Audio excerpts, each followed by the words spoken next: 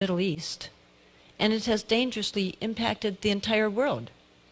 And yet most of us, I think, have never heard of it and could certainly not define it. It's political Zionism. This was a movement to create a Jewish state in Palestine. It began in the late 1800s. Well, let us look at Palestine in the late 1800s.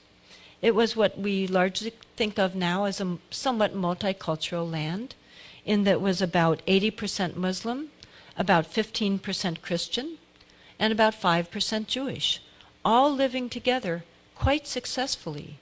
There are mosques, synagogues, churches throughout Palestine, throughout the Middle East, and throughout North Africa. These populations had been living without conflict for centuries.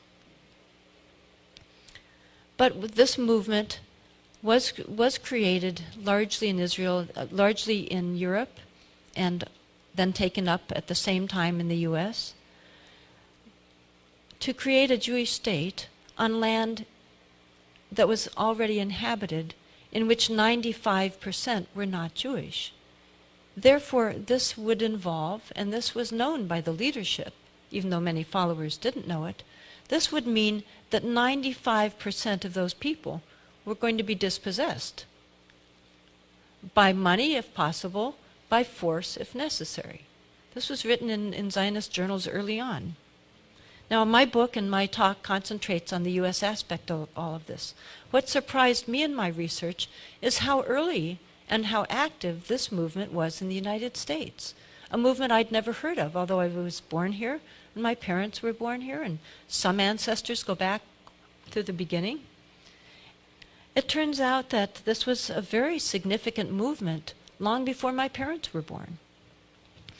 And then by 1910, there were already 20,000 Zionists in the U.S. They included lawyers, professors, and businessmen. It was already in 1910 a movement to which congressmen listened. Then in 1912, we had a very significant development.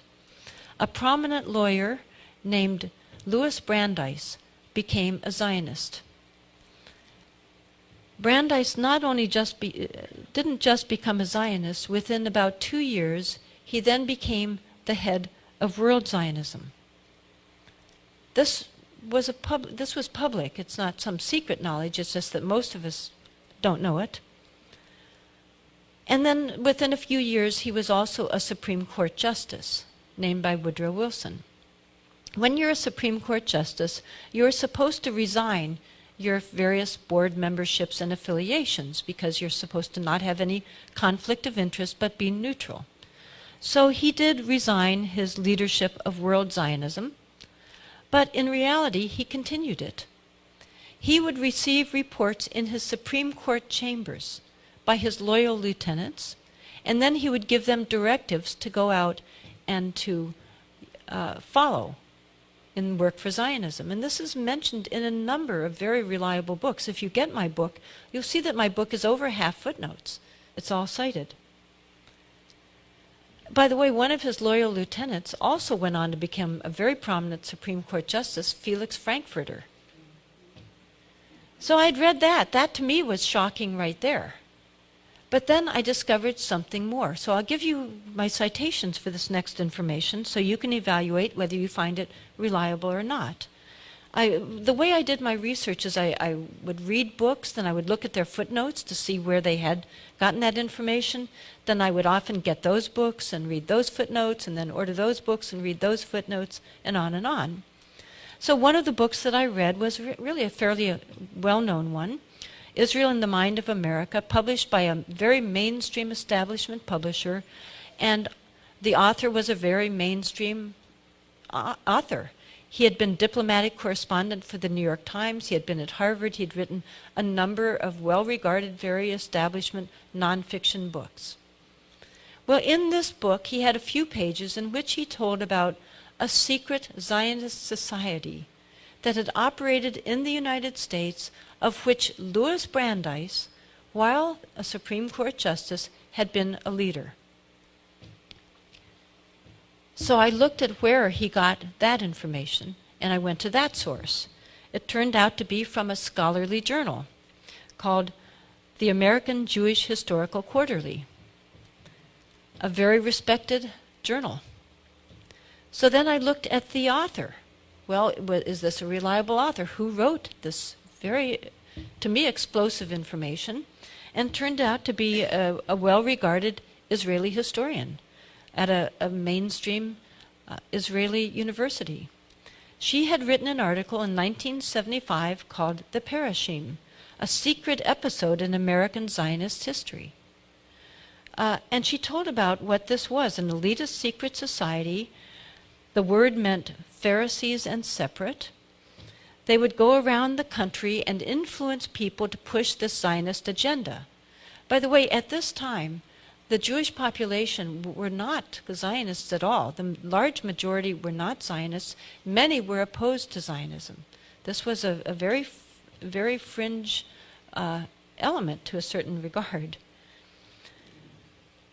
Then in this secret society, they even had a secret induction ceremony, so that when somebody joined this society, and their membership included professors and Harvard, recent Harvard graduates, and doctors, significant people around the country were sometimes members.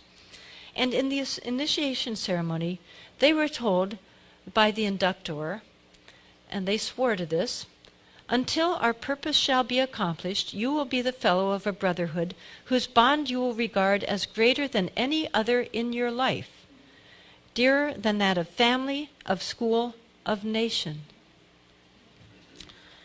As early as November 1915, a leader of the Parashim went around suggesting that the British might gain some benefit from a formal declaration in support of a Jewish national homeland in Palestine. Those of you who have heard of the Balfour Declaration that came in 1917 might find this relevant. I'll get into that a little bit more. Let's remember what was going on during this time period now in the world, especially that involved Britain.